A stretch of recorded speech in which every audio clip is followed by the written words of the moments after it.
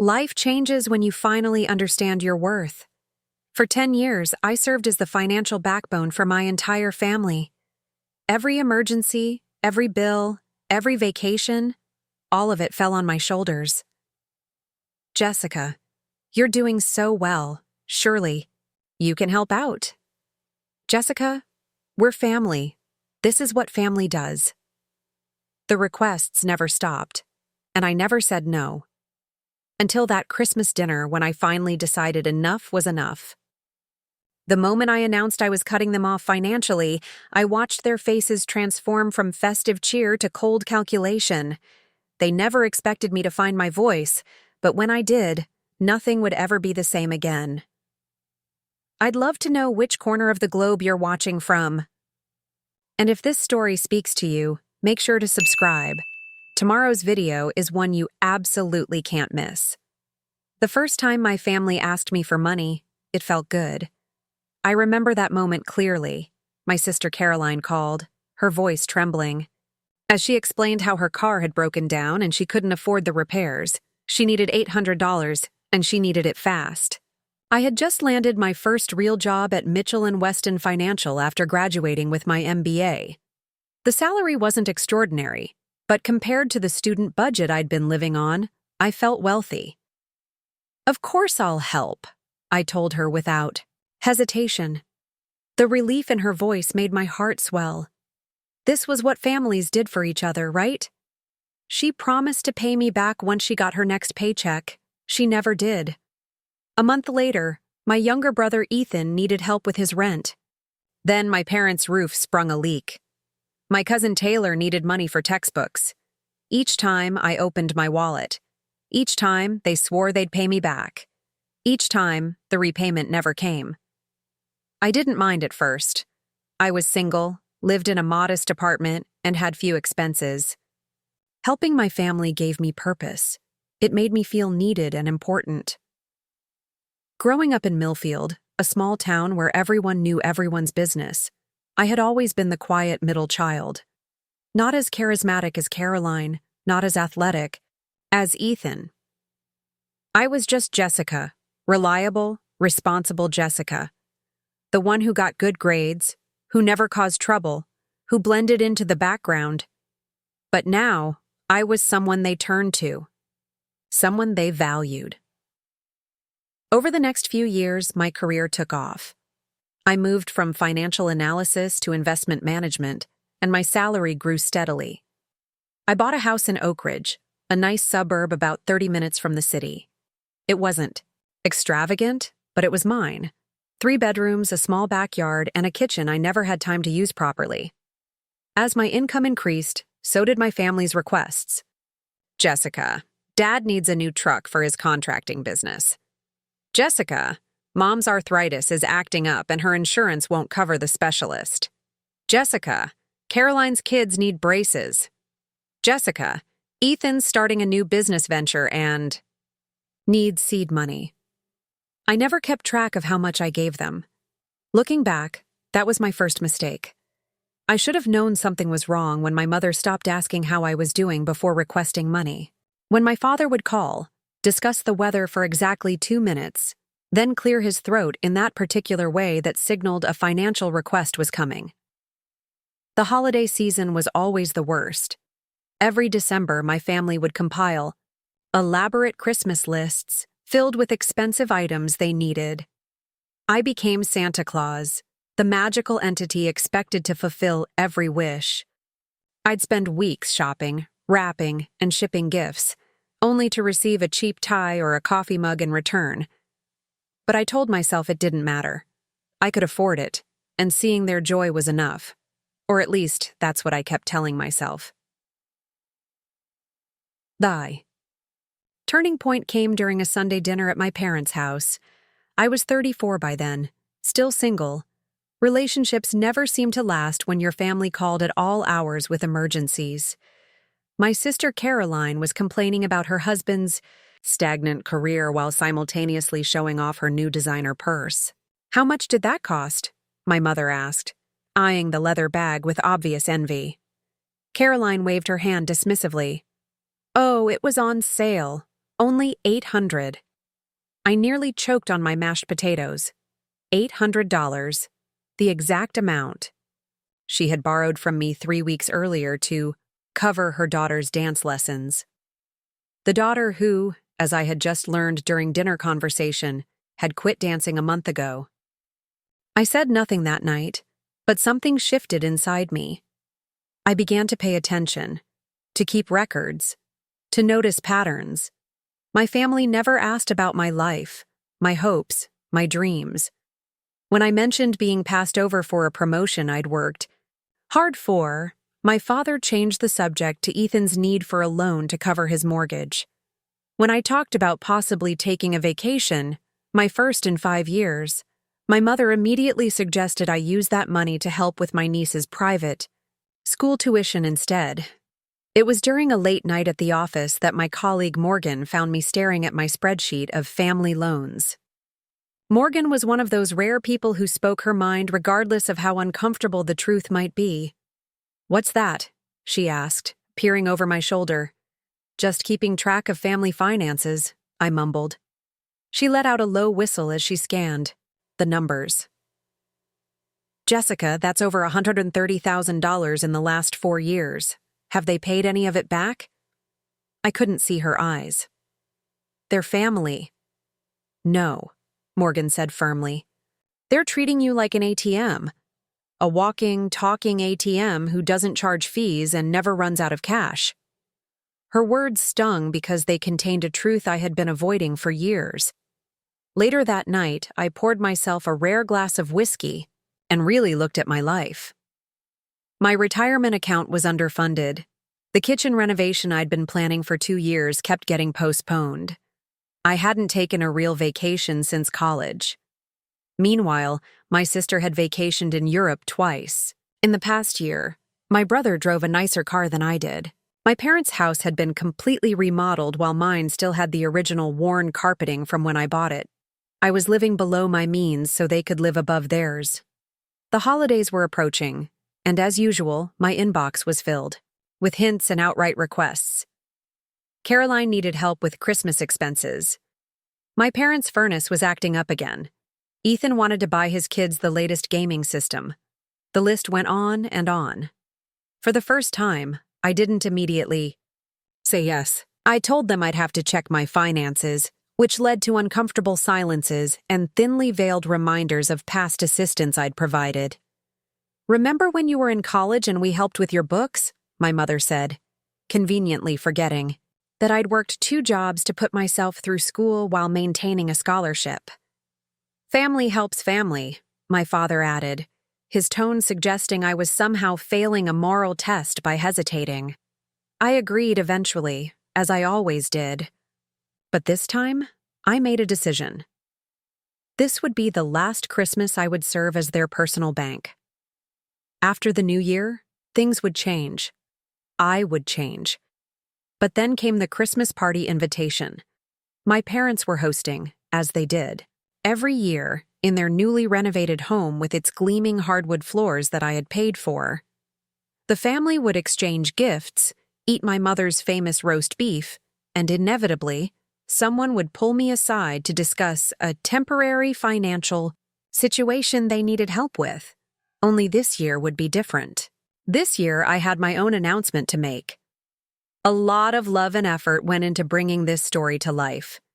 If you're enjoying it, we'd be so grateful if you'd subscribe to our channel. Now, back to where we left off. As I hung up the phone, after confirming my attendance, I felt a mix of dread and determination. 10 years of being the family ATM was about to come to an end. I just needed to find the courage to stand my ground when I saw the disappointment, or worse, the anger, in their eyes. What I didn't expect was how liberating it would feel to finally say no, or how quickly their festive masks would drop when they realized their cash flow was about to be cut off. The week before Christmas, I found myself standing in Galleria Mall, staring blankly at a display of expensive watches. A salesperson approached, her smile bright and expectant. "Looking for a special gift?" she asked. I nodded absently. "For my brother." We have some excellent options in the $300 range, she suggested, guiding me toward a more modest display. No, I heard myself say. Show me the higher-end models. She brightened immediately, leading me to a glass case containing watches I knew. Cost thousands. As she described their features, Swiss movement, sapphire crystal, limited editions, I wasn't really listening. I was thinking about Ethan and the Rolex he'd been hinting at for months. This one is $4,850, she said, placing an elegant timepiece on a velvet pad. I stared at it, feeling a strange detachment. Last year, I wouldn't have hesitated. I would have pulled out my credit card, convinced that making my brother happy was worth any price.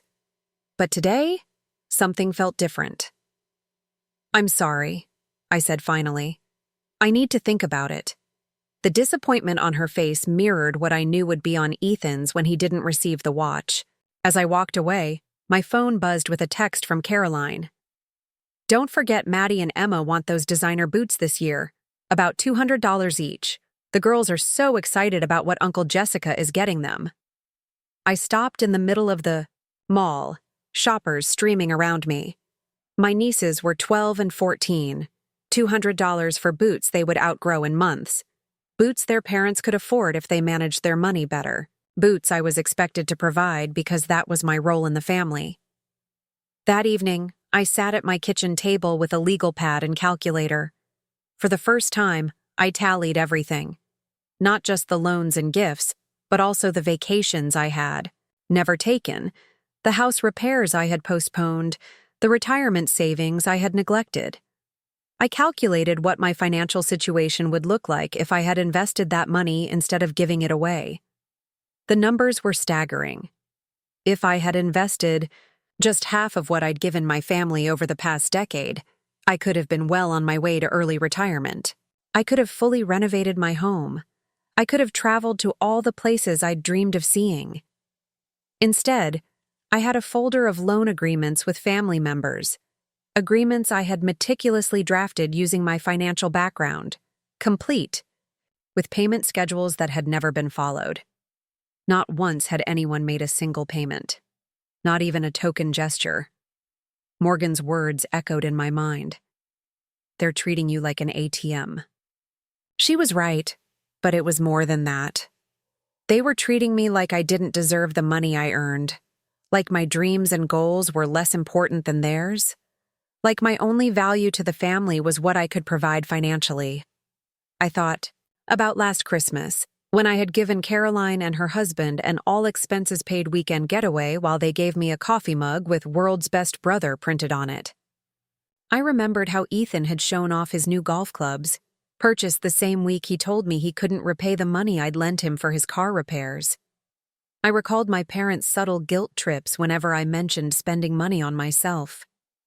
Must be nice to have extra money for luxuries, my mother had said when I bought my first new couch. Some of us have to pinch every penny, my father added, conveniently forgetting the fishing boat I had helped him buy the month before. That night, I made phone calls to financial advisors and researched investment strategies until the early hours of the morning.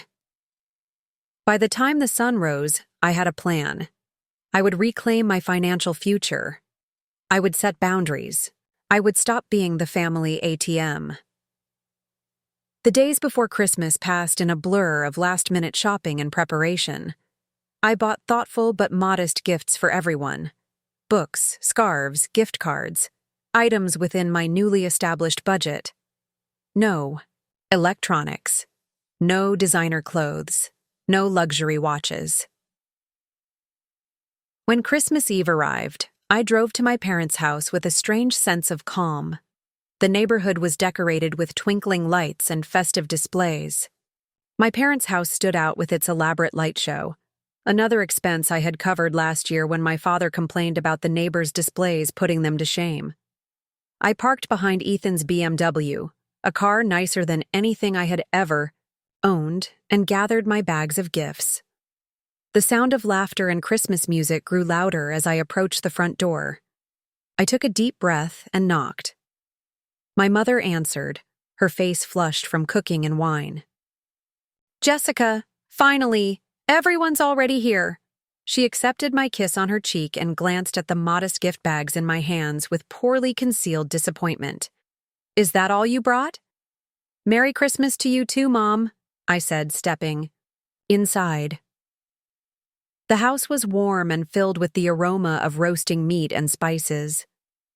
In the living room, my family had gathered around the fireplace. My father was describing his plans for a summer fishing trip to Alaska. Caroline was showing off her new earrings to my aunt. Ethan's kids were glued to expensive tablets, probably last year's essential Christmas gifts. Uncle Jessica. My niece Emma spotted me first, running over for a hug. Her sister Maddie followed, both examining my gift bags with eager eyes. "Are those for us?" Maddie asked, reaching for one. "Some of them," I said, moving the bags out of reach. "But we open gifts after dinner, remember?" Their faces fell slightly, but they nodded and returned to their tablets. I noticed Caroline watching this exchange, her expression calculating as she assessed the size of the gift bags. Dinner was a lavish affair. My mother had outdone herself with prime rib, roasted vegetables, homemade rolls, and 3 different desserts. The dining table groaned under the weight of the feast. As we ate, the conversation flowed around me. Updates on jobs, complaints about neighbors, gossip about relatives who weren't present. No one asked about my life. No one inquired about my work, my health, my happiness. When I mentioned a project I was proud of at the office, my father nodded absently before turning to ask Ethan about his business. "It's growing," Ethan said enthusiastically. "In fact, I'm looking at expanding to a second location next year." He glanced at me. "Might need some investor capital, though." The hint was about as subtle as a sledgehammer. I took a sip of wine and said nothing. As dinner wound down, my mother began organizing the gift exchange. This was always a carefully choreographed event, with my parents distributing gifts one at a time so everyone could ooh and ah over each present. My gifts to the family were always opened last, the grand finale of Christmas generosity. I watched as my relatives opened their presents from each other. Modest gifts, thoughtful gifts, nothing extravagant, nothing that would strain anyone's budget. Then came my turn to open what they had given me. From my parents. A sweater from a department store sale rack. From Caroline and her husband. A gift card for $25 to a coffee shop. From Ethan and his family. A desk calendar with motivational quotes. I thanked them all sincerely. The gifts were fine, appropriate even. The issue was never what they gave. It was the imbalance of what I was expected to give in return. "Now Jessica's gifts," my mother announced, her eyes bright with anticipation. One by one, I distributed my packages. My father opened his fishing lure set with a furrowed brow. My mother accepted her cookbook with a tight smile. Caroline unwrapped her scented candles with obvious confusion. Ethan stared at his leather keychain as if waiting for the real gift to appear. My nieces found charm bracelets instead of designer boots, and couldn't hide their disappointment. The room grew quiet, uncomfortable. The festive atmosphere evaporated as everyone exchanged glances. "Is this some kind of joke?" Caroline finally asked, her voice sharp. I met her gaze steadily. "What do you mean?" "These are nice, Jessica," my mother said diplomatically, though her tone suggested otherwise.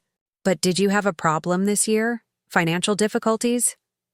"My finances are fine," I said calmly. "I just decided to be more budget conscious this Christmas." "Budget conscious?" Ethan repeated, as if the concept was foreign to him. "But you always what?" I asked, though I knew exactly what he meant. My father cleared his throat. "Son, if you're having money problems, you can tell us. We're family." The irony of his statement was not lost on me. I looked around at their faces, concerned, confused, but mostly disappointed. Not because they cared about my well-being, but because I had failed to meet their expectations. Because their cash cow had apparently run dry, something inside me snapped. "I'm not having money problems," I said, my voice steady. "I'm just tired of being treated like a walking ATM." The room fell silent. 5 pairs of eyes stared at me as if I'd suddenly started speaking a foreign language. My mother was the first to recover, her expression shifting from shock to practiced indignation. "Jessica Alexander Porter!" She used my full name, as if I were still a child who had misbehaved. "What a terrible thing to say on Christmas!" I set my wine glass down carefully. "Is it terrible to say it, or just terrible that it's true?" Caroline scoffed, tucking her hair behind her ear in that dismissive way she had perfected since adolescence. "You're being ridiculous. No one treats you like an ATM." "Really?" I reached into my jacket pocket and withdrew a small notebook. I'd prepared for this moment, knowing my family's talent for rewriting history. Last February, you needed $3,000 for Maddie's braces. In April, it was $200 for your car transmission. July, $5,000 for your kitchen renovation because you couldn't stand those old countertops another day. October, $2,500 for Emma's school. Trip to Washington, D.C. That's nearly $12,000 in 1 year, Caroline. Have you paid back any of it? Her face flushed. "You said those were gifts." "No," I corrected her, keeping my voice level.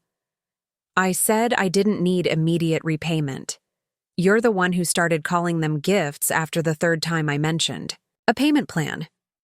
My father shifted uncomfortably in his chair. "Son, this isn't an appropriate dinner conversation. When is it appropriate, Dad? When do you need a new fishing boat? When do you want to remodel the bathroom? When is it appropriate to discuss how I've basically funded this family's lifestyle for the past decade?" Ethan, who had been suspiciously quiet, finally spoke. "Look, Jessica, we all go through rough patches. You've been fortunate with your career. We've always assumed you were happy to help out." "Happy to help," I repeated slowly. "There's a difference between helping during genuine emergencies and being expected to finance everyone's wants. Do you know I haven't taken a real vacation in 7 years? That I'm still driving a 10-year-old car while subsidizing your BMW payments?" "So this is about jealousy?" Caroline interjected, her tone sharp. "You give us money and then resent us. For using it?" I shook my head, frustrated by her deliberate misunderstanding. "This is about respect. About recognizing that my money represents my time, my effort, my life, and none of you seem to value that at all." My mother dabbed at her eyes, the tears appearing on cue. "I can't believe you're doing this on Christmas, after everything we've done for you." The emotional manipulation was so predictable it almost made me laugh. "What exactly have you done for me, Mom? I put myself through college. I've handled my own expenses since I was 18. I've been solving everyone else's financial problems while neglecting my own future." "We raised you," she snapped, the tears vanishing as quickly as they had appeared. "We put a roof over your head, food on the table." "Yes, you did the basic requirements of parenthood. Should I be paying you back for that forever?" My father stood up, his face reddening. "You're out of line, Jessica." "No," I said quietly. For the first time in years, I'm actually finding my line, my boundary, and I'm holding it. My nieces had slipped away to the living room, uncomfortable with the adult tension. I was glad they weren't witnessing this, though part of me thought it might be an important lesson in entitlement. Ethan leaned forward, adopting his reasonable business tone, the one he used when trying to convince investors to fund his perpetually struggling enterprises. "Jessica, brother, I understand you. Might be feeling underappreciated, but we're family. We support each other. Support goes both ways, Ethan.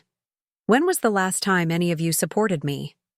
When I was passed over for promotion last spring, Caroline changed the subject to her vacation plans. When I mentioned my back problems, Mom talked about her friend's daughter who was looking for investors for her massage therapy business. It's always about what I can give, never about what I might need. Caroline crossed her arms defensively. So you've been keeping score? Tallying up every dollar like some kind of miser? I wasn't. That was my mistake. I closed the notebook and returned it to my pocket. But I am now, and I've decided things need to change. My mother's expression hardened. What does that mean exactly? I took a deep breath. This was the moment I had been preparing for, the declaration of independence that had been years in the making. It means I'm not giving any more loans or gifts. It means when you call with a financial emergency, I'll offer moral support, but not my credit card. It means I'm reclaiming my financial future. The silence that followed was deafening. I could almost see the calculations happening behind their eyes, the mental adjustments to future plans that had factored in my financial support. My father recovered first. You can't just cut off your family. I'm not cutting off my family, I clarified. I'm cutting off financial exploitation. There's a difference. Caroline stood up abruptly, her chair scraping against the hardwood floor. This is absurd. If you didn't want to help, you should have said something years ago. You can't just change the rules now because you're feeling sorry for yourself. I'm not changing the rules, Caroline. I'm just not playing the game anymore. She glared at me, then turned to her parents. I think we should go. Clearly, Jessica is having some kind of midlife crisis. I smiled slightly at that. I was 34, hardly midlife, but Caroline had always excelled at dismissive labeling. You don't need to leave, I said. I didn't come here to ruin Christmas. I came to establish boundaries. Well, you failed at the first part, Ethan muttered, though I could see the wheels turning in his head, probably already planning how to adjust his business expansion without my investment. My mother stood up, smoothing her festive tablecloth with trembling hands. I think we should have dessert. In the living room. The girls are probably wondering what's taking so long. Classic deflection. Pretend the uncomfortable conversation never happened. Return to the script of normal family Christmas. I knew this technique well. It had been employed whenever difficult topics arose throughout my childhood. That sounds nice, I said, deciding to allow the temporary retreat. The message had been delivered. The boundaries had been drawn. Forcing them to acknowledge it immediately wouldn't change anything. We moved to the living room where my nieces were playing. With their new tablets, as my mother distributed slices of pecan pie, the atmosphere remained strained. Conversations were stilted, limited to safe topics like weather and upcoming community events. I observed my family with new eyes. Caroline kept checking her designer watch, the one she needed for work appearances that I had financed last spring. Ethan scrolled through his phone, probably already reaching out to other potential investors. My father stared into the fireplace, his expression troubled, perhaps calculating how to afford the boat maintenance without my assistance. As the evening wore on, I noticed the subtle shift in their behavior toward me. The warmth had evaporated, replaced by a cool civility. No one asked about my plans for the new year. No one sought my opinion on anything. I had transformed from valued provider to unwelcome truth-teller in the span of a single conversation. Around 9, Caroline announced it was time for them to leave. The girls hugged me dutifully, but their enthusiasm had dimmed, no doubt influenced by the tension radiating from their mother. "Merry Christmas, Uncle Jessica," Emma said, her young face serious. "Thank you for the bracelet." "You're welcome, sweetheart," I replied, touched by her genuine gratitude. Perhaps there was hope for the next generation. As they gathered their coats and gifts, I helped my mother clear dessert plates from the coffee table. "I hope you're satisfied," she whispered harshly when we were alone in the kitchen. "You've ruined everyone's holiday." I placed the dishes in the sink carefully. "That wasn't my intention." "Then what was your intention? To humiliate us? To make Us feel like beggars? I turned to face her, suddenly weary of the emotional gymnastics. My intention was to stop being taken advantage of, to make you all realize that I'm a person with my own needs and goals, not just a convenient source of cash. She shook her head, unable or unwilling to understand. I raised you better than this. Family takes care of family. Yes, I agreed. Family does take care of family. All I'm asking is that it goes both ways. She turned away, effectively, ending the conversation. When I returned to the living room, Ethan and my father were speaking in hushed tones by the door. They fell silent when they saw me, their expressions guarded. I should head out too, I said, reaching for my coat. Thank you for dinner. My father nodded stiffly. Drive safe. No hug, no Merry Christmas, just a perfunctory dismissal, as I stepped out into the cold December night, snowflakes beginning to swirl in the glow of street lamps. I felt a curious mixture of grief and liberation.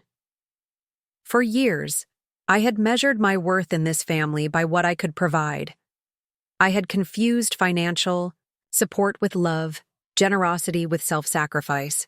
The drive home was quiet, Christmas carols playing softly on the radio. I wondered if this was the last family Christmas I would attend.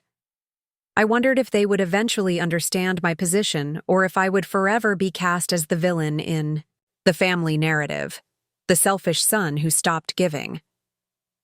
Back in my own house, I kicked off my shoes and settled onto the couch I had postponed replacing for 4 years while funding my sister's kitchen renovation. The silence was peaceful rather than lonely. On my coffee table sat brochures for a 2-week photography tour of New Zealand, the vacation I had promised myself once I reclaimed my finances. For the first time in years, I felt truly free. The burden of endless financial obligation had been lifted. Whatever happened next with my family, I knew I had made the right decision. I was no longer a walking ATM. I was Jessica Porter, reclaiming my life one boundary at a time. The week between Christmas and New Year's passed in an eerie silence. No calls from family members with sudden financial emergencies, no texts asking if I could help out with post-holiday bills. The absence of these familiar intrusions was both refreshing and unsettling, like the sudden silence when a persistent noise you've grown accustomed to finally stops. I spent those quiet days reorganizing my life. I met with a financial advisor named Renee, a no-nonsense woman with steel-framed glasses who didn't mince words. "You've been hemorrhaging money," she said, reviewing the spreadsheets I'd created. "Let's stop the bleeding and start the healing." We developed a comprehensive plan: debt reduction, retirement contributions, emergency fund, and even a modest pleasure fund for travel and hobbies I'd been postponing. For the first time, I was planning my financial future without factoring in my family's constant demands. Most people who come to me after supporting family members have a hard time breaking the habit, Renee observed as we finalized the plan. It's an emotional issue, not just financial. I'm prepared for the guilt trips, I assured her. She smiled knowingly. It's not just their guilt you need to worry about. It's your own. The first time you say no to a genuinely difficult situation, you'll question everything. Her words proved prophetic sooner than I expected. 3 days after New Year's, my phone lit up with Caroline's name. I hesitated before answering, my heart racing unexpectedly. "Hello?" I kept my voice neutral. "Jessica." Her tone was clipped. "We need to talk about Emma, my niece." Immediately, concern overrode my caution. "Is she okay?" "She needs braces. The orthodontist says it's urgent. Her teeth are severely crowded and it's causing jaw problems." Caroline's voice softened slightly. "The insurance will only cover part of it. We're looking at $4,000 out of pocket." I closed my eyes, feeling the familiar pull of obligation. This was my niece's health, not a frivolous expense. This was exactly the type of situation Renee had warned me about. I'm sorry to hear that, I said carefully. That must be stressful. So you'll help? The hope in her voice was palpable. I took a deep breath. Caroline, I meant what I said at Christmas. I'm not in a position to provide financial assistance anymore. This is different. Her voice rose sharply. This is Emma's health. Are you really going to let your niece suffer because you're having some kind of financial tantrum? The old guilt rose inside me, thick and suffocating. Was I being selfish? Was I putting my financial principles above my niece's well-being? There are payment plans, I suggested. The orthodontist's office can usually work something out. We can't afford monthly payments right now, she snapped. Not with the kitchen remodel and the trip we have planned for spring break. And there it was. The kitchen remodel, which I had already partially funded, and a vacation were taking priority over budgeting for her daughter's medical needs. This wasn't about Emma at all. This was about Caroline maintaining her lifestyle while outsourcing parental responsibilities to me. I think you need to reconsider your priorities, I said, my resolve strengthening. Emma's braces should come before granite countertops and spring break trips. The silence on the other end was glacial. When Caroline finally spoke, her voice was cold with fury. I always knew you were selfish underneath that generous act. Do you know what Mom said after you left Christmas dinner? She said you were just like Uncle Robert. Remember him? The family miser who died alone with all his precious money. The comparison stung more than I wanted to admit. Uncle Robert had been the black sheep of the family, estranged for decades after refusing to bail out my grandfather's failing business. In family lore, he was portrayed as a heartless hoarder who valued money above relationships. I had never met him, but his name was invoked whenever someone was perceived as insufficiently generous. I'm not Uncle Robert, I said firmly. I'm just someone who's finally setting healthy boundaries. Caroline laughed, a brittle sound devoid of humor. Keep telling yourself that. Meanwhile, your niece will suffer because you're too cheap to help. Your family. She hung up before I could respond. I sat with my phone in my hand, doubt seeping in despite my best efforts. Was I making a terrible mistake? Was I damaging my relationship with my nieces over money? I called Renee, needing a reality check from someone outside the situation. Children's medical expenses are emotional triggers, she acknowledged after I explained the situation. But ask yourself this. If Caroline can afford home renovations and vacations, why can't she afford her daughter's braces? Exactly, I said, relieved that someone understood. It's about priorities. It's also about teaching your family that you're serious about these boundaries, Renee continued. The first request after setting a boundary is often a test. If you cave now, they'll learn that all they need is the right emotional leverage. After our call, I sent Caroline a text. I care deeply about Emma's health. If you need help researching payment options or finding orthodontists with sliding scale fees, I'm happy to do that. But I can't provide the money. She never responded. The next challenge came from Ethan. Unlike Caroline's emotional appeal, his approach was businesslike. He invited me to lunch at an upscale restaurant, the kind where the menu doesn't list prices and the wine list is longer than most novellas. I'm glad we can talk away from the family drama, he said, after ordering a $200 bottle of wine without consulting me. Christmas got out of hand. I nodded cautiously. It needed to be said, but the timing could have been better. He waved dismissively. Water under the bridge. Listen, I've been meaning to talk to you about an incredible opportunity. Of course, this wasn't a reconciliation lunch. This was a pitch. For the next 30 minutes, Ethan outlined his latest business venture, a subscription service for luxury, pet products. His enthusiasm was genuine, his projections ambitious. In another life, I might have been impressed by his entrepreneurial spirit. The market research is solid, he concluded, refilling our wine glasses. We just need initial capital. To get production running, I'm looking for investors for this ground floor opportunity. I took a sip of the overpriced wine. How much are you looking for? 50,000 should do it. He said it casually, as if asking to borrow a pen. Of course, you'd be a true investor this time, not just providing a loan, 10% equity. We're projecting 7-figure revenue by year 3. I studied my brother's face, the easy confidence, the practiced sincerity. How many times have I heard variations of this pitch? The hemp clothing line that would revolutionize sustainable fashion. The food truck concept that would become a national chain. The app that would be the next Instagram.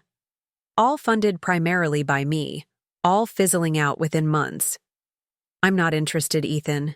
His smile faltered slightly. You haven't even seen the full business plan. This one's different. They're all different, I said gently. And they all end the same way. His expression hardened. Is this still about Christmas? I thought we were past that. This isn't about Christmas. It's about patterns. I've invested in your ventures before. They never succeed, and you never acknowledge why. Business involves risk, he countered. Not everything succeeds immediately. True, but at some point you need to evaluate why none of your ventures gain traction.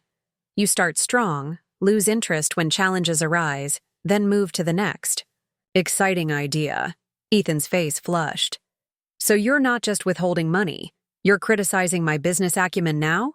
I'm being honest, which is something our family rarely does when it comes to money. He leaned back, crossing his arms. You know what? Keep your money. I have other investors lined up who actually believe in me. I nodded. I hope it works out. I really do. When the check came, Ethan made a show of reaching for it, then patted his pockets with an exaggerated frown. Damn, forgot my wallet. Mind getting this one? I'll get the next one. The move was so transparent, so petty, I almost laughed. Instead, I paid the bill, nearly $400 for a lunch I hadn't particularly enjoyed, and considered it the final investment in a relationship that had been transactional for far too long. My parents were the last to test my resolve. They employed a strategy of silence followed by a coordinated attack. For 2 weeks after my encounters with Caroline and Ethan, they didn't call or text. Then, on a Sunday afternoon, they appeared unannounced at my door.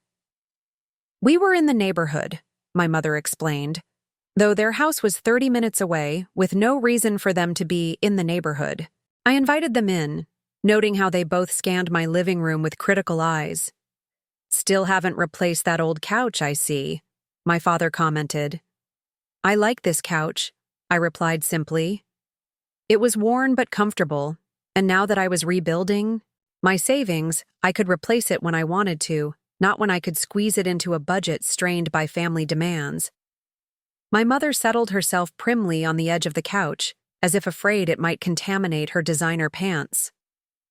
Jessica, we need to discuss what's been happening with the family. I'm listening, I said, remaining standing. You've upset everyone, she began.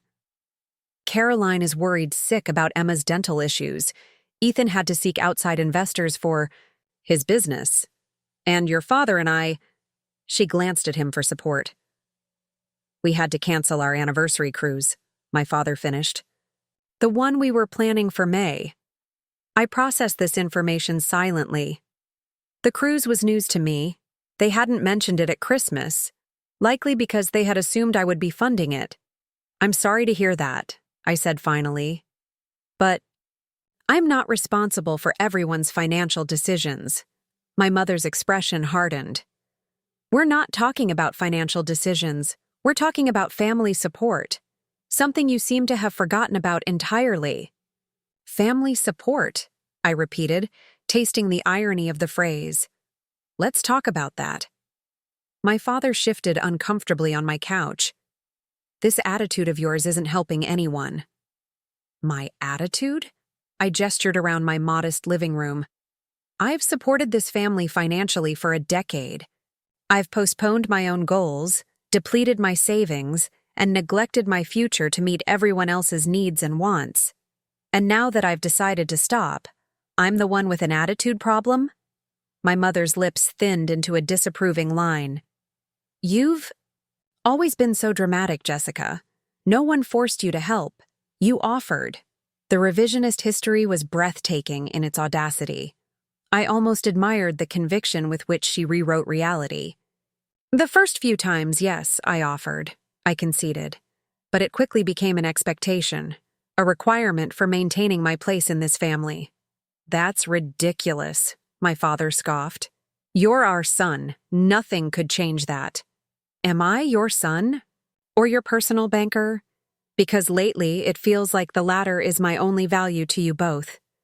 My mother's eyes welled with tears, her signature move when logical arguments failed. How can you say such hurtful things? After everything we've done for you? I took a deep breath, recognizing the familiar pattern. The guilt trip. The reframing of the narrative to make me the villain. The emotional manipulation that had worked so effectively for years. What exactly have you done for me recently?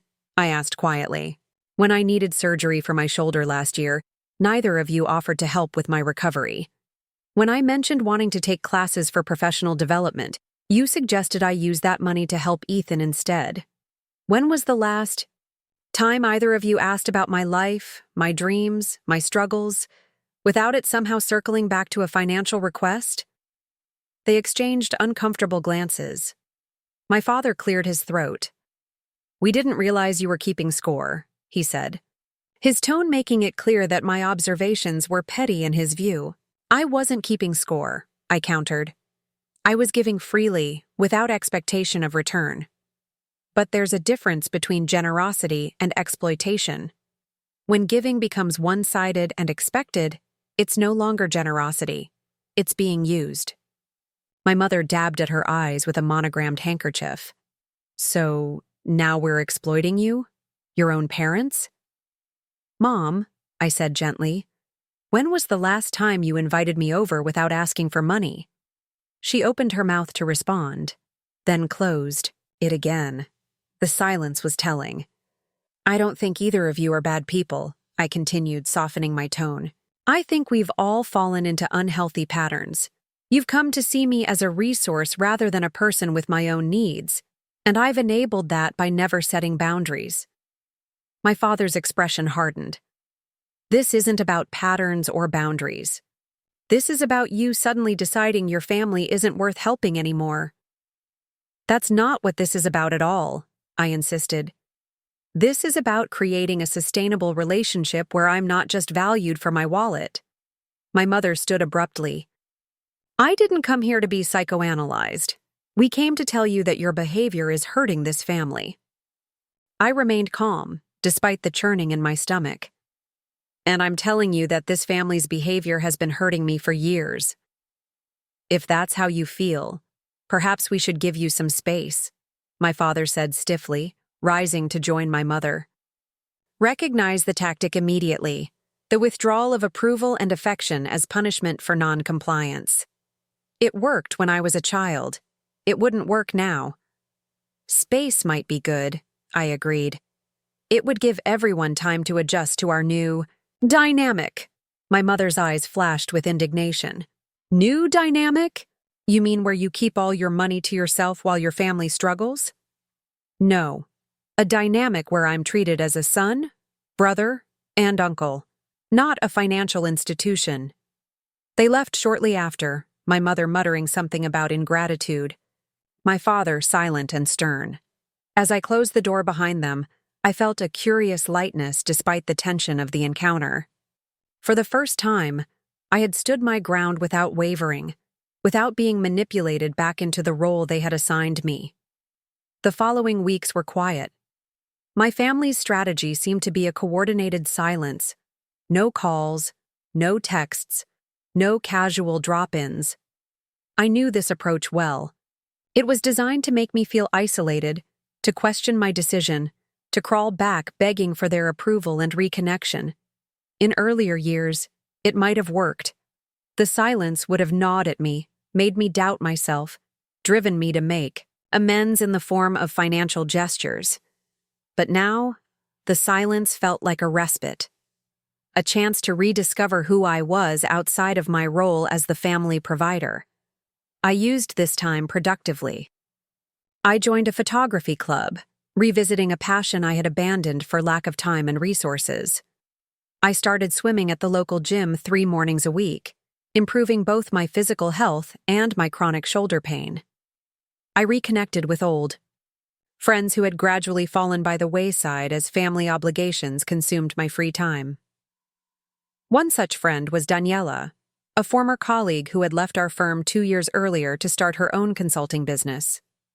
We met for coffee on a crisp February afternoon, catching up on each other's lives. "You seem different," she observed, studying me over her cappuccino. "More relaxed," I smiled. "I am. I made some significant changes recently." "The mysterious financial boundaries you mentioned in your text?" I nodded, then found myself sharing the whole story. The years of financial support, the Christmas confrontation, the aftermath. Daniela listened without interruption, her expression thoughtful. "That took courage," she said when I finished. "Family systems don't change easily.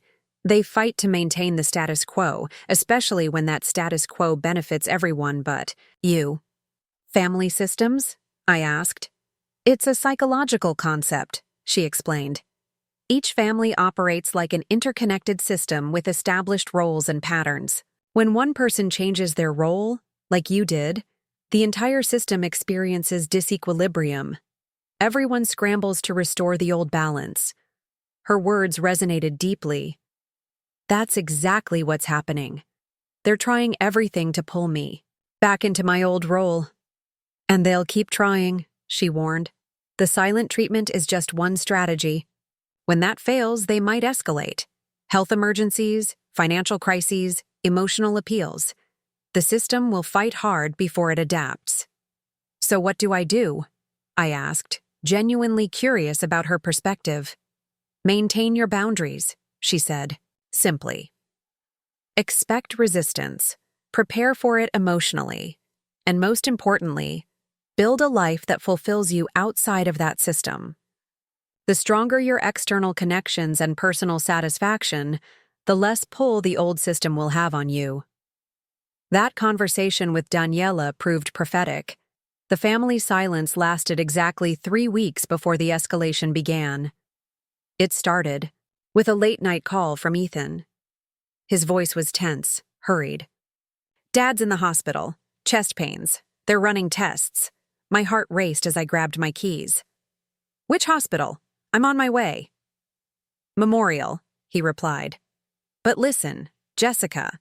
He hesitated. "There might be expenses. You know how insurance can be with these things." Even in a genuine emergency, the financial angle wasn't far from the surface. I ignored the implied request. "I'll be there in 20 minutes. At the hospital, I found my mother in the waiting room, her makeup impeccable despite the late hour and supposed emergency. Ethan paced nearby, checking his phone. Caroline hadn't arrived yet. "How is he?" I asked, genuinely concerned. My mother sighed dramatically. "The doctors say it might be angina. They're doing more tests." I nodded, taking the seat beside her. "Has he had symptoms before?" "Your father doesn't like to worry people," she replied vaguely. "But yes, he's been having episodes. The stress of everything lately hasn't helped." The implication was clear. My boundary setting had contributed to my father's condition. I felt the familiar weight of guilt pressing down, but remembered Daniela's warning. This was exactly the type of emotional leverage she had predicted. "I'm sorry to hear that," I said carefully. "Stress affects everyone differently." My mother turned to face me directly. "The medical bills could be substantial. Your father's retirement plan doesn't cover everything." There it was, not even pretending anymore. "I'm sure the hospital has financial counselors who can help navigate insurance and payment options," I replied, maintaining eye contact. "I'd be happy to help research those resources." Her expression hardened momentarily before she composed herself.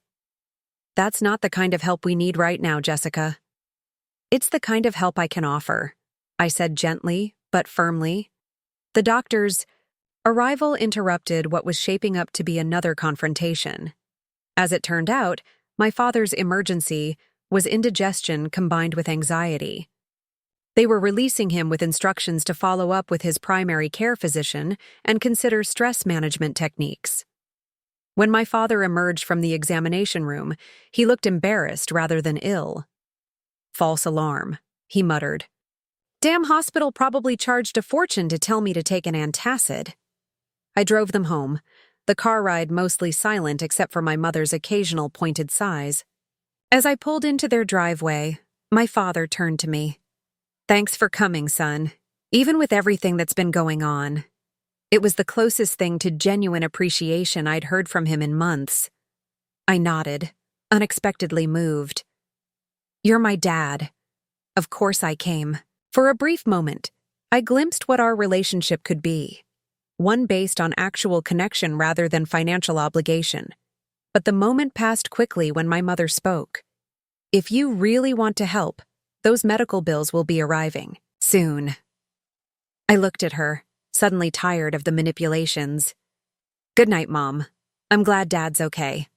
As I drove home in the early morning darkness, I realized something important. My family's tactics, the guilt, the emergencies, the emotional leverage, were losing their power over me. I could recognize them for what they were without being pulled back into old patterns. The system was fighting to maintain its balance, just as Daniela had predicted. But for the first time, I wasn't yielding. I wasn't the same person they had successfully manipulated for years. I was changing, evolving, becoming someone who could love his family without being exploited by them. And if they couldn't accept that new person, that was their loss, not mine. March arrived with unexpected warmth, both in weather and in my personal life. As my family's attempts to breach my financial boundaries continued, something surprising happened. I discovered allies in places I least expected. The first came in the form of my 12-year-old niece, Emma. She appeared at my door one Saturday afternoon, her bicycle propped against my mailbox. "Uncle Jessica," she exclaimed when I opened the door. "I rode all the way here by myself." I glanced down the street, half expecting to see Caroline's SUV lurking nearby. "Does your mom know where you are?" Emma shrugged, her expression impressively nonchalant for a preteen. "I told her I was going to Lily's house, but I wanted to see you. You haven't been at family dinners." I hesitated, unsure of the appropriate response. My issues with the adults in the family shouldn't affect my relationship with my nieces. "Do you want to come in? I was just making lunch." She bounded inside, dropping her backpack by the door with the careless confidence of youth. In the kitchen, I assembled turkey sandwiches while Emma explored my living room, examining the new photography books on my coffee table. "These pictures are cool," she called out. "Did you take any of them?" "Not yet," I replied, bringing the plates to the living room. "But I'm learning. I joined a photography club." Emma settled onto the couch, accepting her sandwich with a polite, "Thank you," that reminded me Caroline had done something right in raising her. "Mom says you're mad at everyone," she said suddenly, with the directness only children can get away with. I sat beside her, considering my words carefully. "I'm not mad, exactly. We've had some disagreements about adult stuff. About money," she clarified around a mouthful of sandwich. "Mom says you don't want to help the family anymore because you're being selfish." The characterization stung, but I wasn't surprised. "Do you think I'm selfish, Emma?" She thought about it, her young face serious. "Not really. You gave me this cool bracelet for Christmas." She extended her wrist, showing me she was still wearing the charm bracelet I'd given her. "And you always remember what books I like when you get me birthday presents." My heart warmed at the realization that she valued these small, thoughtful gestures more than extravagant gifts. "Can I tell you something about adult relationships?" I asked. She nodded, curious. "Sometimes people get into patterns that aren't healthy. Like if one person always gives and another person always takes, that can make both people unhappy in the long run. Emma considered this. Like when Mom makes me always share with Maddie but never makes Maddie share with me? I smiled at her astute comparison. Something like that. I decided I needed to change some patterns in our family because they weren't making me happy. Is that why you wouldn't pay for my braces? The question caught me off guard. Your mom told you about that? Emma nodded. She was really mad. She said I might have to get the ugly metal ones instead of the clear ones because you wouldn't help. I set my sandwich down, suddenly not hungry. Emma, your dental health is important. The type of braces you get should be based on what works best for your teeth, not what looks prettiest. That's what Dad said too, she replied, surprising me again. He said Mom was being dramatic and that lots of kids have regular braces. She leaned closer, her voice dropping to a conspiratorial whisper. I think they're fighting about money a lot. I hear them at night. I felt a twinge of guilt. Had my boundary setting created tension in their marriage? But then I reminded myself that their financial issues predated my decision. If anything, I had been enabling their financial irresponsibility for years. Adults sometimes disagree about money, I said carefully. It doesn't mean they don't love each other or you. Emma nodded sagely. I know, but Mom keeps saying things would be easier if you weren't being so mean. But you don't seem mean to me. I wrapped an arm around her narrow shoulders. Thanks, kiddo. That means a lot. After lunch, I showed Emma some basic photography techniques with my camera, then rode my bike alongside hers to make sure she got home safely. As we approached their house, she turned to me with unexpected seriousness. You should come to my school play next month. I'm playing the lead tree in our forest conservation musical. I grinned at the earnestness of her invitation. A lead tree, huh? Sounds important. Super important, she confirmed. The whole forest depends on me. Then I wouldn't miss it, I promised, watching her pedal up her driveway. Caroline appeared at the front door, her expression shifting from concern to cold recognition when she spotted me. Emma was with you? She called out, her tone accusatory. She stopped by for lunch, I replied evenly. I wanted to make sure she got home safely. Caroline beckoned Emma inside without acknowledging my response. As I turned to leave, Emma called out, Don't forget about my play, Uncle Jessica. I waved, aware of Caroline's questioning look. Despite the tension with my family, this unexpected connection with Emma filled me with hope. Perhaps the next generation could have healthier relationships than we had managed. My second unexpected ally emerged the following week during a routine visit to my local coffee shop. I was working on a photography assignment, reviewing shots on my laptop, when a familiar voice interrupted my concentration. Jessica! I looked up to find my brother-in-law, Caroline's husband Robert, standing by my table with an awkward smile. In our family dynamic, Robert had always been a peripheral figure, present at gatherings but rarely involved in family disputes. He worked as an architect, and from what little I knew, had always been uncomfortable with Caroline's financial dependence on me. Robert, I said, surprised. What brings you here? He gestured to the chair across from me. Mind if I join you? I closed my laptop and nodded. Robert sat, placing his coffee mug carefully on the table. I wanted to talk to you, he began, his voice low. About everything that's been happening, I braced myself for another guilt trip or financial request. I'm standing by my decision, I said preemptively. Robert held up his hands. I'm not here to ask for money. Actually, I wanted to say I understand why you did what you did. His words were so unexpected I almost spilled my coffee. You do? He nodded, glancing around as if worried about being overheard. I've been telling Caroline for years that we were too dependent on you. It wasn't right, and I knew eventually it would damage your relationship with us. I studied him, looking for signs of manipulation but finding only sincerity. I never knew you felt that way. I wasn't exactly vocal about it, he admitted. It's hard to stand up to Caroline when she gets an idea in her head, and your parents have enabled her to entitle her entire life. You're telling me? I muttered. Robert sighed. When we first got married, I tried to establish a budget, save for emergencies, plan for the girls' college. But every time we started to get ahead, Caroline would find ways to spend beyond our means, always with the safety net of, Jessica will help if we need it. His frustration was palpable, and suddenly I saw him in a new light, not as a passive bystander, but as someone who had been struggling against the same dysfunctional system I was now confronting. Why are you telling me this now? I asked. Because your Christmas announcement forced a reckoning in our house, he explained. For the first time, Caroline has had to face the reality of our actual financial situation. We've had some rough conversations, but they were long overdue. And Emma's braces? Robert rolled his eyes. Already handled.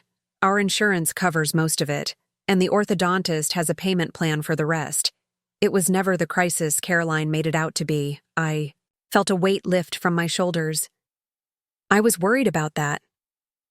Caroline used Emma's needs as leverage because she knew it would be your weak spot, he said bluntly. She's been doing that for years, using the girls to extract financial support from you. The confirmation of what I had suspected hurt, but it also validated my decision. How are things at home now? Robert ran a hand through his thinning hair. Tense, but improving. I've taken over our finances completely. We've cut up credit cards, canceled some subscriptions, and postponed the vacation we couldn't afford in the first place. And Caroline's okay with this? He laughed dryly. I wouldn't say okay. More like grudgingly accepting reality. But she's coming around. The girls actually seem relieved. Kids sense financial stress, even when you try to hide it. I thought about Emma's comments about hearing her parents argue. I never wanted to cause problems in your marriage. You didn't, Robert assured me. The problems were there all along. Your boundary just forced us to address them instead of papering over them with your money. He paused, looking thoughtful. In a way, you did us a favor. It's been painful, but necessary. What about my parents? I asked. Are they adjusting too? Robert's expression turned grimmer. That's a different story. Your dad's retirement wasn't as solid as they pretended. They've been living beyond their means for years, counting on your support to fill the gaps. I felt a twinge of concern. Are they in serious trouble? They need to downsize, something your mother has been resisting for years. The house is too big, too expensive to maintain. They have options, but none of them align with the lifestyle they think they deserve. His candor was refreshing after months of manipulation and guilt-tripping. For the first time, I was getting an honest assessment of the family's financial reality. I appreciate you telling me this, I said sincerely. It can't be easy going against the family narrative. Robert shrugged. I've always been the outsider. Anyway, Caroline's family has a way of closing ranks. He checked his watch and stood up. I should get going. I just wanted you to know that not everyone thinks you're the villain in this story. I extended my hand, which he shook firmly. That means more than you know. As he turned to leave, he looked back with a half smile. Emma's play is on the 15th, by the way. She'd be devastated if you missed her tree debut. I wouldn't dream of it, I assured him. Watching Robert leave, I felt a shift in my perspective. I had been viewing my stand against financial exploitation as a solitary battle, me against a united family front. But reality was more nuanced. The system I had been enabling had hurt more than just me. It had created stress in my sister's marriage, anxiety for my nieces, and postponed the necessary financial reckoning my parents needed to face. By removing myself as the financial safety net, I had inadvertently forced everyone to confront realities they had been avoiding. It wasn't comfortable, but perhaps it was exactly what the family needed. For the first time since Christmas, I felt not just justified in my decision, but convinced it had been the right thing for everyone, even those who currently resented me for it. April arrived with spring showers and an unexpected email in my inbox. The sender was my cousin Trevor, my mother's nephew, who lived on the other side of the country. We hadn't spoken in years beyond occasional holiday card exchanges and obligatory birthday messages on social media. The subject line read simply, "Family Reunion. Your presence requested." I clicked it open with a mixture of curiosity and apprehension. Jessica Hope. This finds you well. I'm organizing a family reunion at my lake house for Memorial Day weekend. It's been too long since the extended family got together, and frankly, I miss seeing everyone in one place. I know things have been tense with your immediate family lately. Your mother called me last month, quite upset about a financial dispute at Christmas.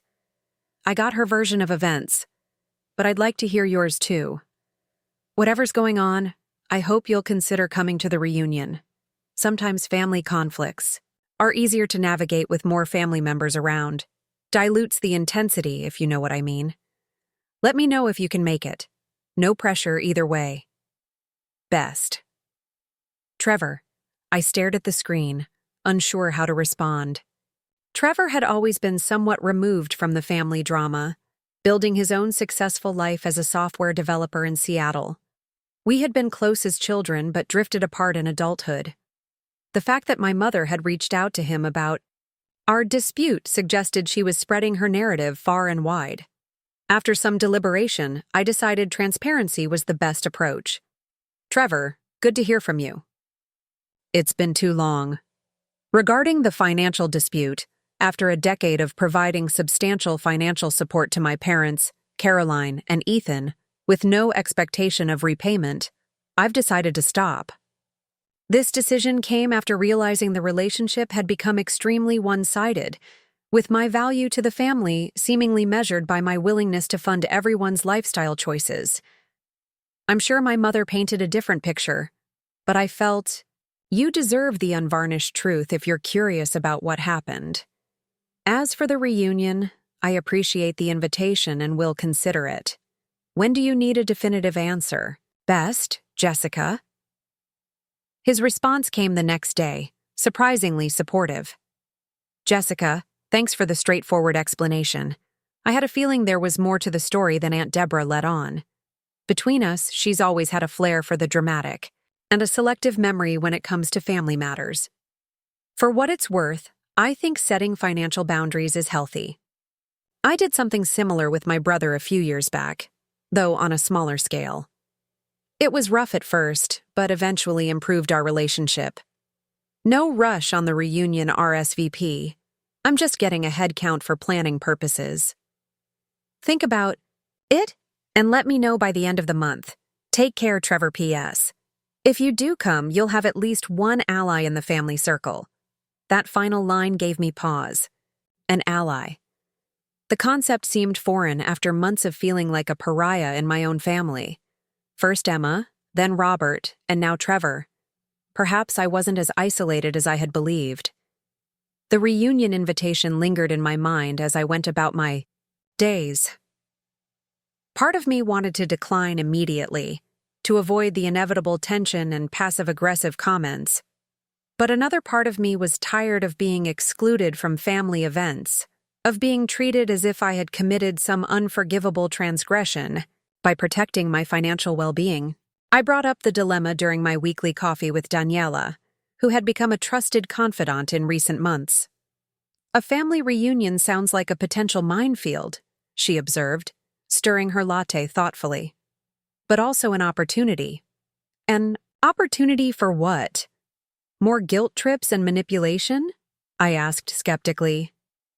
An opportunity to demonstrate that your boundaries are firm, but you're not cutting off the relationship, she explained. Showing up says you still value family connections, just not financial exploitation. I considered her perspective. I'm not sure everyone will see the distinction. They won't at first, she agreed. But over time, as you consistently maintain the boundary between loving your family and funding them, the message will become clearer. Or, they'll just corner me and make demands in person, where it's harder to say no. Daniela smiled. That's why you practice your responses in advance. I'm not discussing financial matters at a family gathering. I'm here to reconnect, not to talk about money. Let's focus on enjoying our time together. You make it sound so simple, I muttered. Simple doesn't mean easy, she replied. But consider this. Avoiding family events gives them more power over you and validates their narrative that you're the problem. Showing up changes the dynamic. Her words resonated with me. I had been allowing my family's reaction to my boundary setting to dictate my behavior, essentially giving them control over my choices. Perhaps it was time to reclaim that control. The next day, I emailed Trevor accepting his invitation. Whatever happened at the reunion, I would face it on my terms. In the weeks leading up to Memorial Day weekend, I focused on strengthening myself both emotionally and physically. I continued my morning swims, finding the rhythmic movement through water, meditative, and calming. I read books on family systems and boundary setting, preparing myself with knowledge and strategies. I practiced responses to potential provocations, determined not to be blindsided by emotional manipulation. I also went shopping for a new wardrobe, nothing extravagant, but professional, well-fitting clothes that reflected the person I was becoming. My old wardrobe had been functional but neglected, another area where I had prioritized others' needs over my own basic requirements.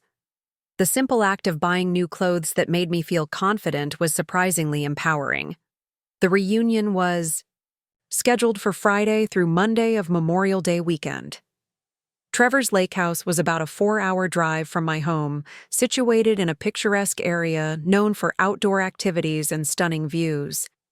I decided to drive up Saturday morning and leave Sunday afternoon, limiting my exposure while still making an appearance. As the date approached, I received a text from Emma. "Are you coming to the lake house? Mom said you probably wouldn't." I smiled at her directness. "Yes, I'll be there Saturday and Sunday." "Yay," she replied immediately, followed by a string of tree emojis, a reference to her recent theatrical debut, which I had attended despite the palpable tension with Caroline.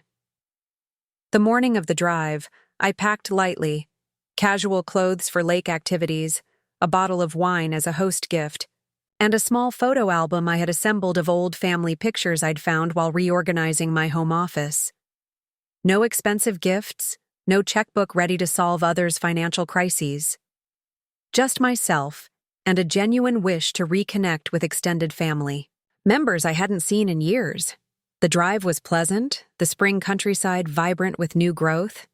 I listened to a podcast about financial independence, the irony not lost on me as I headed toward a gathering with the very people who had impeded mine for so long.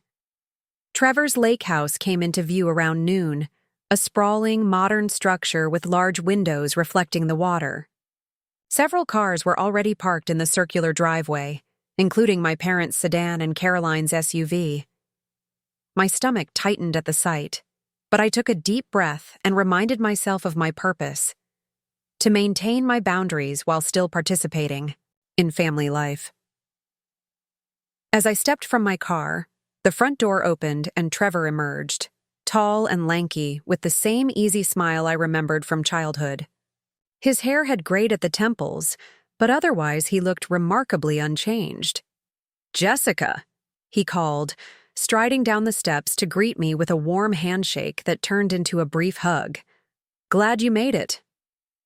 "Thanks for the invitation," I replied, genuinely pleased to see him.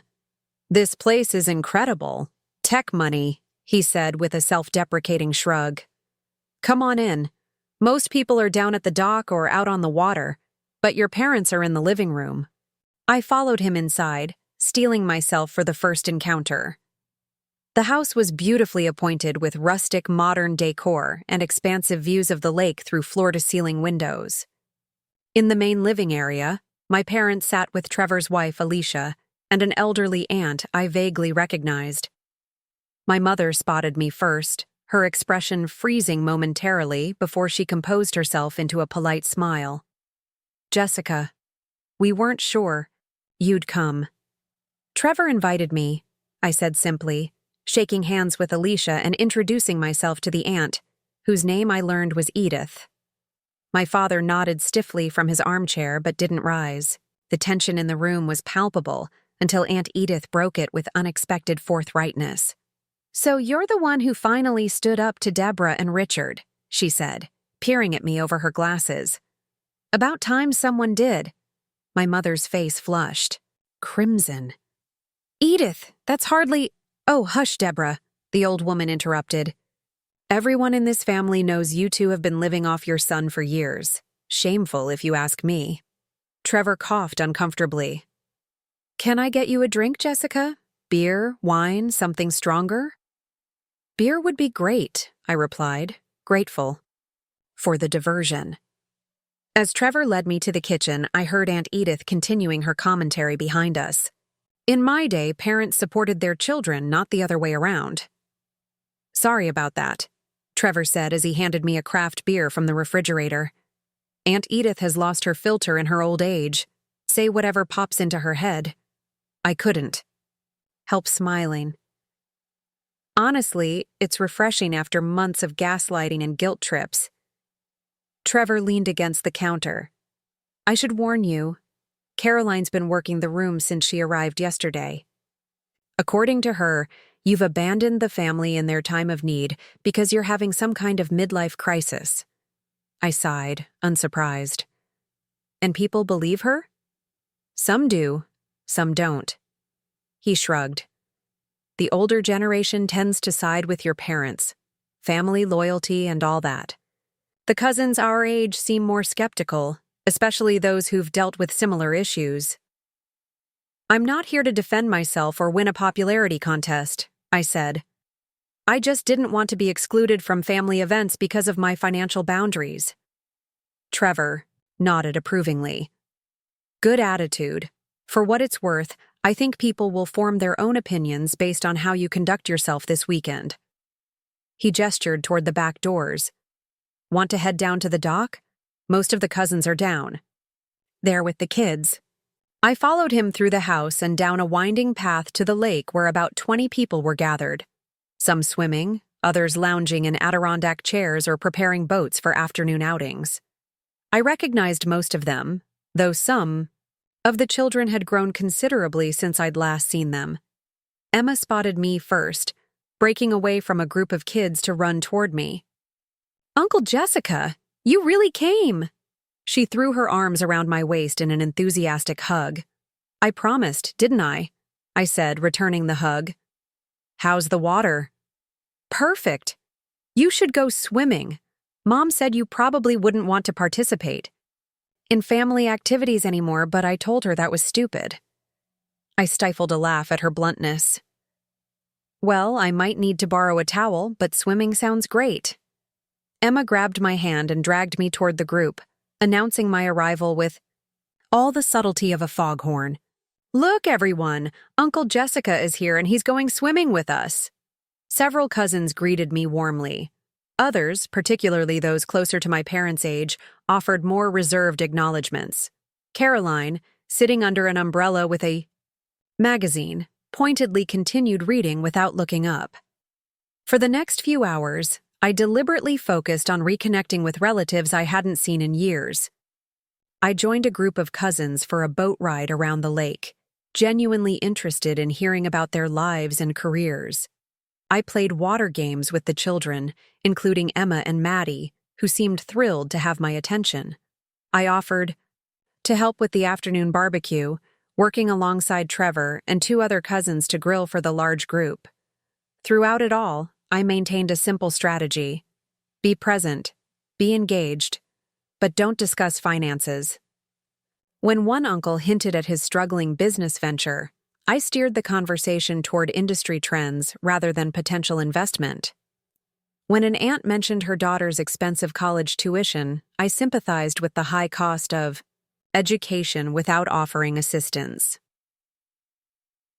By dinner time, I had settled into a comfortable rhythm. The initial awkwardness had faded as most relatives responded to my genuine interest in their lives.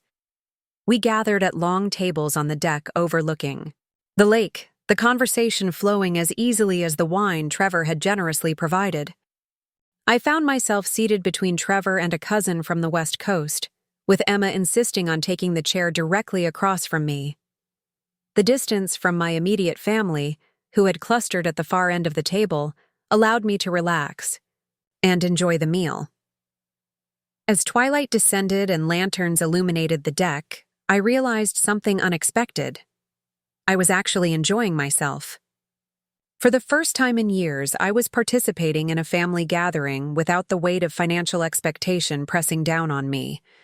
I was just Jessica, cousin, uncle, nephew, not Jessica the walking ATM.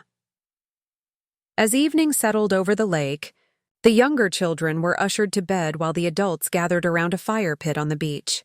The orange flames cast flickering shadows across familiar faces, the crackling wood and gentle lapping of waves creating a peaceful backdrop for conversation. I sat between Trevor and his wife Alicia, nursing a glass of whiskey and enjoying the rare sense of belonging. The conversation flowed easily, reminiscences about childhood summers, updates on careers and children, gentle teasing about past family misadventures.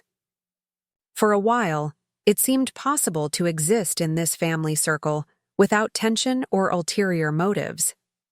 Then my father cleared his throat from across the fire. "Jessica, your mother and I were discussing our anniversary trip earlier." The casual atmosphere immediately tensed. Several relatives who knew about our situation exchanged glances. Trevor shifted slightly beside me, a subtle gesture of support. "That's nice," I replied neutrally, taking a sip of my whiskey. "What are you planning?" My mother leaned forward, the firelight accentuating the lines around her mouth. "We were hoping to take that Alaskan cruise we've talked about for years. You know, the one we had to cancel." The implication hung in the air.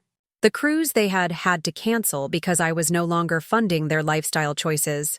"Alaska is beautiful," I responded, deliberately ignoring the hook. "I've heard the best time to go is late summer." My father frowned, frustrated by my evasion. "The point is, it's expensive, especially on a fixed retirement income." Trevor attempted to redirect the conversation. "Speaking of Alaska, did anyone see that documentary about we shouldn't be embarrassed to discuss financial matters among family?" My mother interrupted, her voice carrying the practiced tone of injured dignity. "After all, we've always been there for each other in times of need." I could feel the eyes of extended family members shifting between us, curious about the brewing confrontation.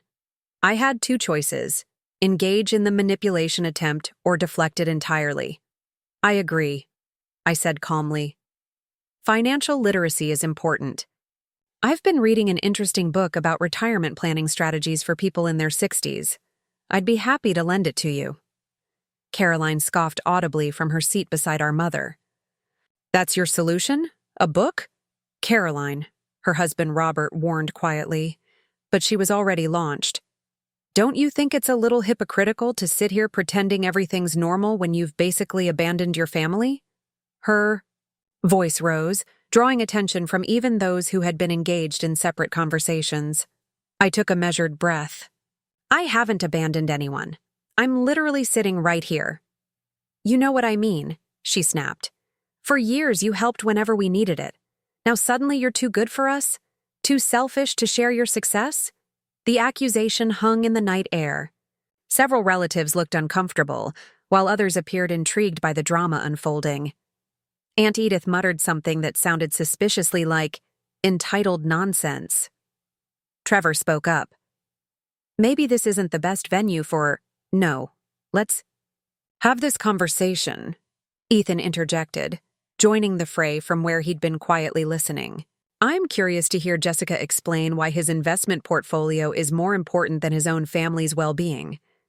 The framing was classic manipulation, positioning my basic financial self-care as selfishness while casting their demands as legitimate needs. A year ago it might have worked. Tonight it just felt transparent. I'm not discussing my financial decisions at a family gathering, I said firmly. That's a boundary I'm maintaining. Boundaries. My mother threw her hands up dramatically. That's all we hear from you now. When did you become so cold, Jessica? We didn't raise you to turn your back on family. The irony of her statement struck me forcefully. For a decade, I had demonstrated the exact opposite of turning my back on family. I had sacrificed my own financial security to support theirs. Yet the moment I stopped, I was labeled selfish. I think there's a fundamental difference in how we're viewing this situation, I said carefully. You see my decision as withdrawing support from my family. I see it as establishing healthy limits after years of one-sided financial responsibility. My father leaned forward, his expression hardening. One-sided? We gave you everything growing up. We sacrificed for your education, your opportunities. What do you call that? Parenting, I replied simply. That's what parents are supposed to do for their children. It doesn't create a lifetime debt that I'm obligated to repay by funding your retirement lifestyle. A murmur ran through the assembled relatives. I noticed several of my cousins nodding, subtly in agreement. I never thought I'd see the day when my own son would speak to me this way, my mother said, her voice trembling with what I recognized as performative emotion rather than genuine hurt. It was a tactic she'd employed throughout my childhood, tears as a means of control rather than an expression of authentic feeling. I'm speaking to you with honesty and respect, I countered. I'm just not giving you what you want. Caroline stood up abruptly. This is ridiculous. You've become so selfish since Christmas. It's like we don't even know you anymore. Or maybe, Robert said unexpectedly, you're finally seeing the real Jessica instead of just what he could do for you. The shock of my brother-in-law contradicting. Caroline publicly, momentarily silenced everyone. She turned to him, visibly betrayed. Excuse me? Robert rarely spoke up in family conflicts, which made his intervention all the more powerful. I'm just saying that maybe we should consider Jessica's perspective. He supported this family financially for years without complaint. Is it really so unreasonable that he wants to focus on his own future now? You're taking his side? Caroline's voice rose incredulously. I'm acknowledging that there are two sides, Robert replied, maintaining a calm I had to admire. And maybe, just maybe, we've been taking advantage of his generosity for too long. My mother shook her head dismissively. This isn't about taking advantage. This is about family responsibility. Something Jessica seems to have forgotten. With all due respect, Aunt Deborah, Trevor interjected. Responsibility goes both ways. From what I understand, Jessica has been extremely responsible toward this family for years, perhaps unreasonably so. The conversation was rapidly dividing the family circle. Some relatives looked uncomfortable, clearly wishing to be elsewhere. Others leaned forward, invested in the unfolding drama. A few, like Aunt Edith, seemed to be thoroughly enjoying the spectacle. This is exactly why I've been avoiding family gatherings, I said, addressing the group rather than just my immediate family. I didn't want my personal boundaries to create tension for everyone else. But I also refuse to be manipulated or guilt-tripped about my financial decisions. Nobody is manipulating you, my father insisted, though his tone contradicted his words. We're simply pointing out that family supports family. Always has, always will. I agree completely, I replied, but support can take many forms. It doesn't have to be financial. It can be emotional, practical, or just being present for important moments. I gestured around the fire, like I'm trying to do tonight. A cousin I hadn't spoken with in years, Melissa, unexpectedly spoke up. I think Jessica makes a good point. My husband and I went through something similar with his brother a few years ago. The constant financial requests were damaging our relationship until we finally set limits. It was hard at first, but ultimately healthier for everyone. Another cousin nodded. My therapist calls it enabling, when you keep rescuing people from the consequences of their own financial decisions. It prevents them from developing better habits. Oh, so now we're being psychoanalyzed by amateur therapists, Caroline snapped. This isn't about enabling or boundaries or whatever self-help jargon you've picked up. This is about Jessica. Deciding his money is more important than his family. That's not fair, Mom, a small voice piped up. Everyone turned to see Emma standing at the edge of the gathering in her pajamas, apparently having snuck back down after being put to bed. Uncle Jessica came to my play even though you said he wouldn't. And he takes real interest in my stuff, not just buying me things. Caroline's face flushed. Emma, go back to bed. This is adult conversation. But you're being mean to Uncle Jessica, and he's not being mean back, Emma persisted with the straightforward logic of a child. That doesn't seem fair. An uncomfortable silence fell over the group. The simple observation from a 12-year-old had cut through the layers of adult justification and manipulation, exposing the dynamic for what it was. Robert stood and gently guided Emma back toward the house. Come on, sweetie. Let's get you back to bed. As they walked away, Emma called back over her shoulder. Good night, Uncle Jessica. I'm glad you came. Her innocent declaration hung in the air, a stark contrast to the tension that had preceded it. I raised my hand in a small wave, unexpectedly, moved by her support. When they were out of earshot, Trevor cleared his throat. I think we could all use a reset here. This was supposed to be a relaxing family weekend, not a tribunal. Several relatives nodded in agreement. My mother opened her mouth as if to protest, but my father placed a restraining hand on her arm. Fine, she said tightly. But this doesn't resolve anything. It wasn't meant to, I replied, keeping my voice even. Some differences can't be resolved in one conversation. But I hope we can at least agree to respect each other's positions, even when we disagree. My father stood up abruptly. I think your mother and I will turn in for the night. It's been a long day. As they departed, followed shortly by Caroline, who left without another word to me, the atmosphere around the fire noticeably lightened. Conversations gradually resumed, drifting to safer topics like summer plans and sports teams. Trevor leaned over to speak quietly. You handled that well, standing your ground without escalating.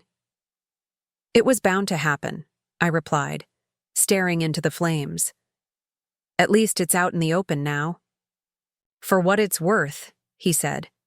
I think more people understand your position than you realize. Family financial dynamics can be complicated, but most rational adults recognize the need for boundaries. Aunt Edith, overhearing from her nearby seat, cackled softly. In my 82 years, I've learned one thing for certain. Those who scream loudest about family obligation are usually the ones taking advantage. Good for you, young man. Should have done it years ago. As the night progressed and the fire burned lower, relatives gradually dispersed to their assigned rooms. I remained by the embers, watching the occasional spark rise toward the star-filled sky. Despite the confrontation, or perhaps because of it, I felt strangely at peace. I had faced the accusations directly, maintained my boundaries without hostility, and discovered unexpected allies in the family circle. More importantly, I had confirmed what I'd begun to suspect months ago. The problem wasn't me. It never had been. The problem was a dysfunctional system that I had enabled for too long. And while changing that system was painful and messy, it was necessary, not just for my well-being, but ultimately for everyone involved. As I finally rose to head to bed, I realized the lake house had given me something unexpected: perspective.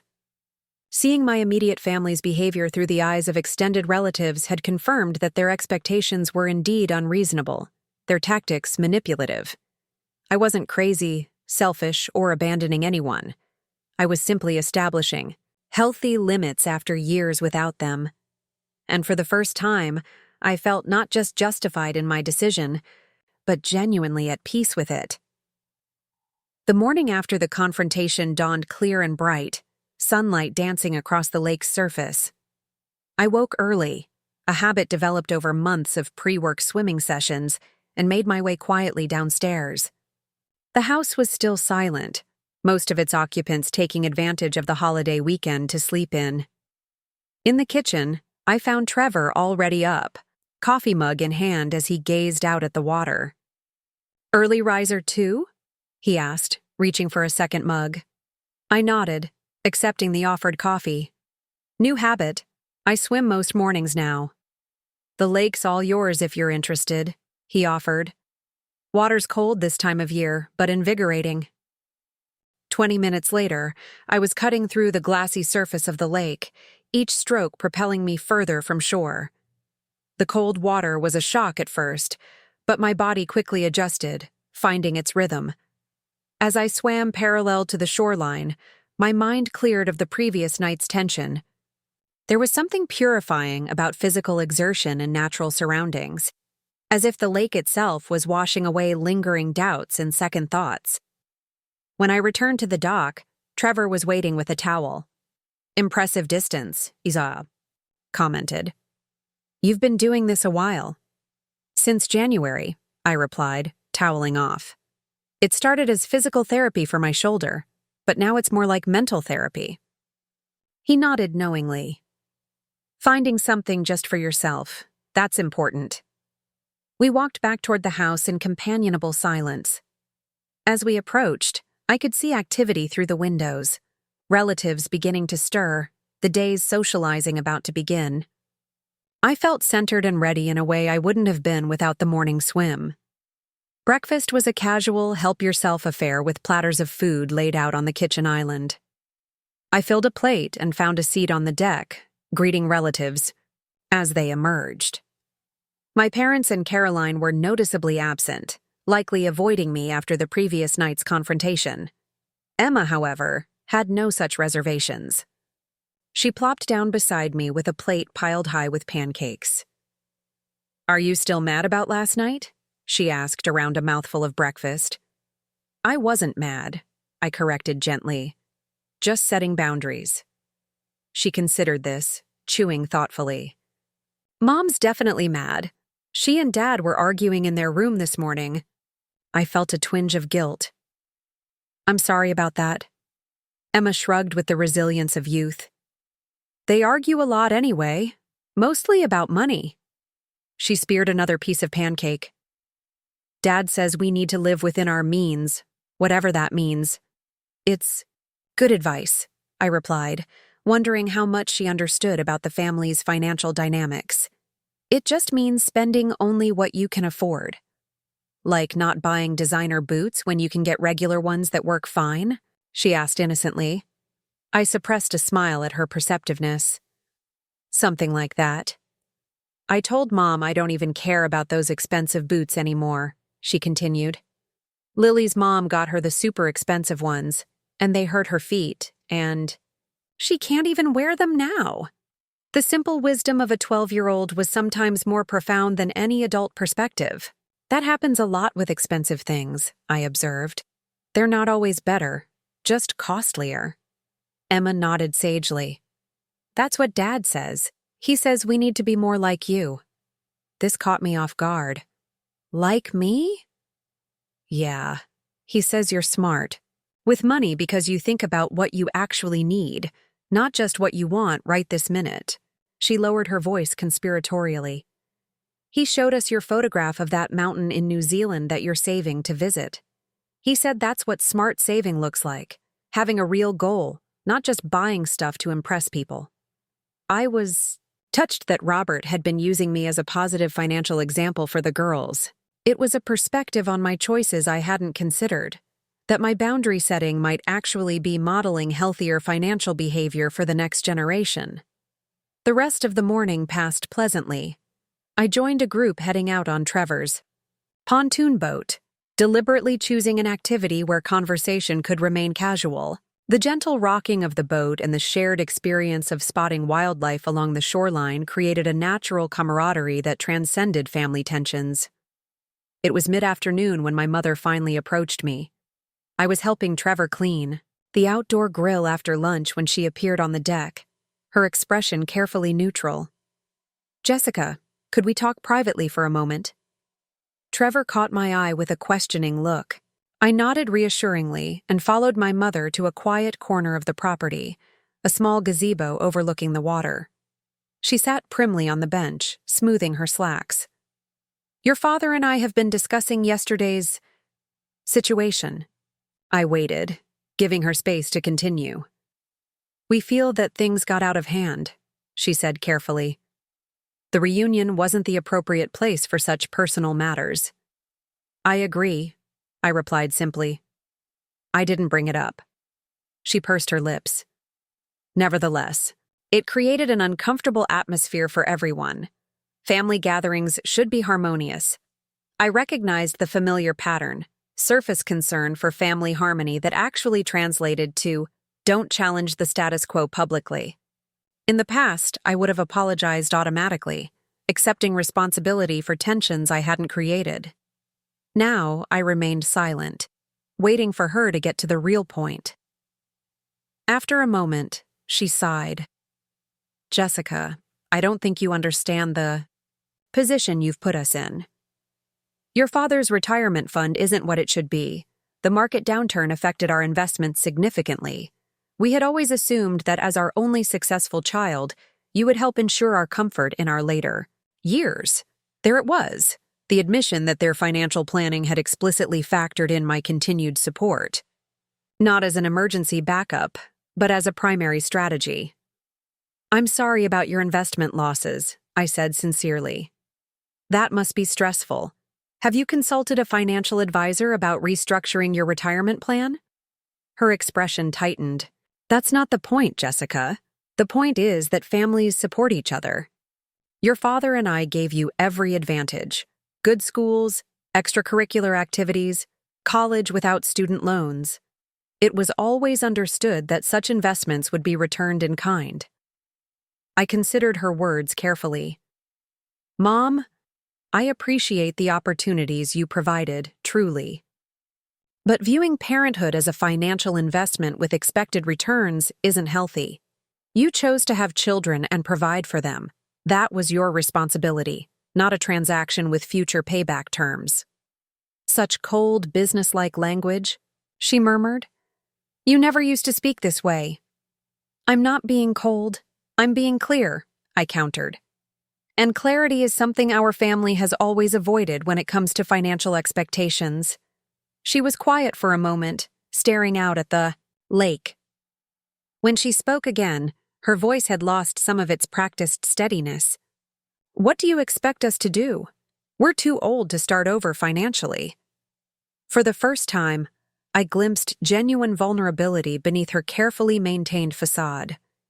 Not manipulation, but real fear about their future. Despite everything, she was still my mother, and I couldn't be indifferent to her concerns. "You have options," I said more gently. "Downsizing to a smaller home would free up substantial equity. Your current house is much larger than you need, and the maintenance costs are excessive for 2 people. A financial advisor could help you create a realistic budget based on your actual income, not anticipated supplements from me." She flinched at the directness of my assessment, but didn't immediately reject it. "Your father would never agree to sell the house. His pride wouldn't allow it. Pride is expensive," I observed, "and at some point, practical realities have to take precedence over appearances." She turned to me, studying my face with an expression I couldn't quite interpret. "You've changed, Jessica. Not just your decision about money, but something deeper." "I have," I acknowledged. "I've learned that helping isn't always helping, that sometimes it's enabling. I've learned that my own financial security matters too, and I've learned that real family support isn't measured in dollars.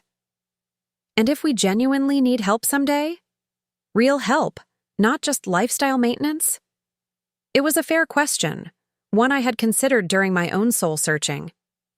If there's ever a genuine emergency, medical bills insurance won't cover essential home repairs, true necessities, I would consider it case by case.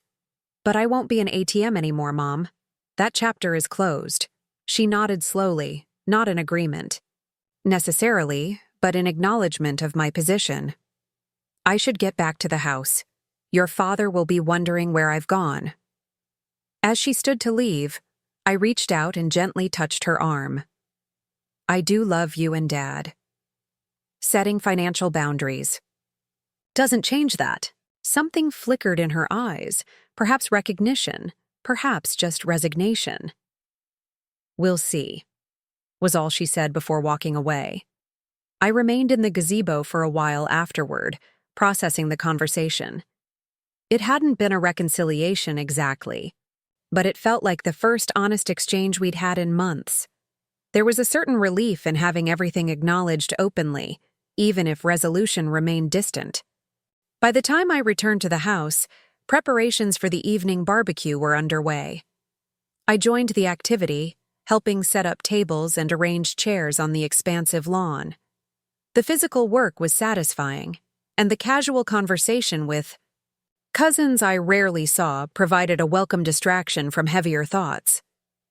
As sunset approached and the gathering moved to the outdoor dining area, I found myself seated at a table with Trevor, Alicia, and several cousins from my generation.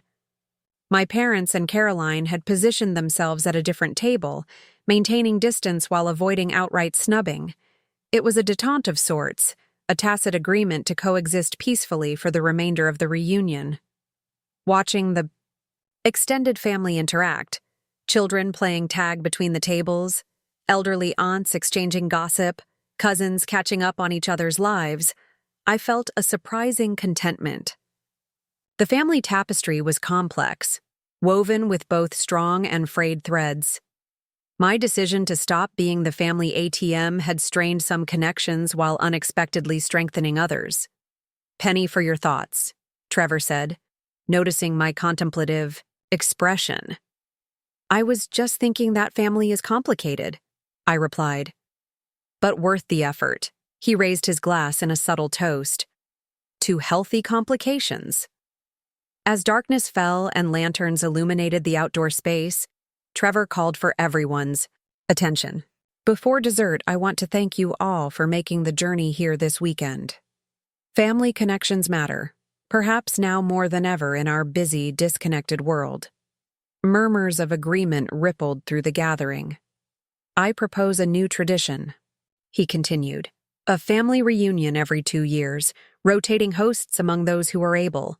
Not out of obligation, but out of genuine desire to maintain our connections across generations and geography. The idea was met with enthusiastic approval. Various cousins immediately began volunteering for future hosting duties, the planning, taking on a life of its own.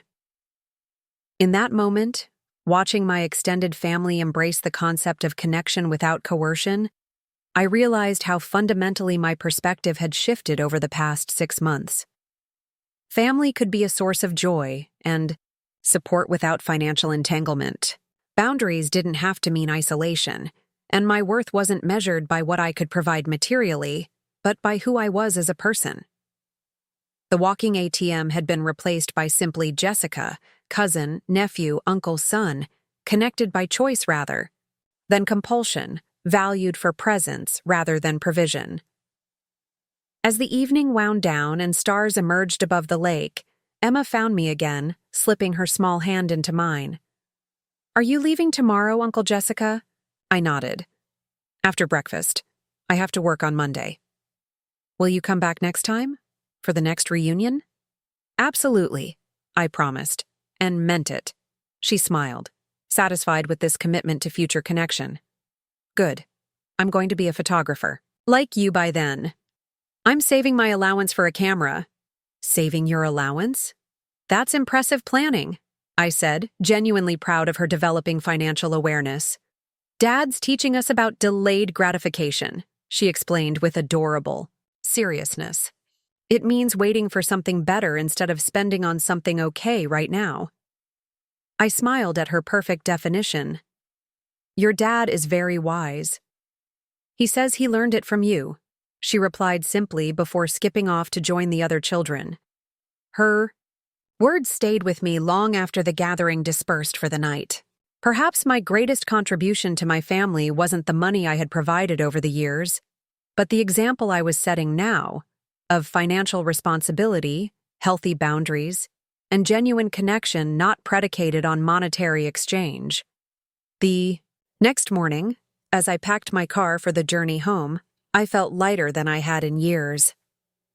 The weekend had been challenging but clarifying.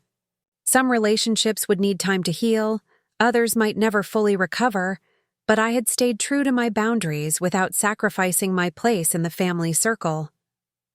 As I pulled away from Trevor's lake house, waving to those gathered on the porch, I knew with certainty that closing my wallet had finally opened the door to healthier connections, based not on what I could give, but on who I truly was. The walking ATM had shut down permanently. In its place stood a man reclaiming his financial future while redefining the true meaning of family support. It wasn't the path of least resistance, but it was the path to an authentic relationship. And that ultimately was worth more than all the money I had ever given away. Looking for more? We've got 2 amazing stories ready for you right on screen. If this one touched you, these are absolutely worth your time. Click to watch them now. And hey, subscribe and hit that bell to never miss our latest uploads.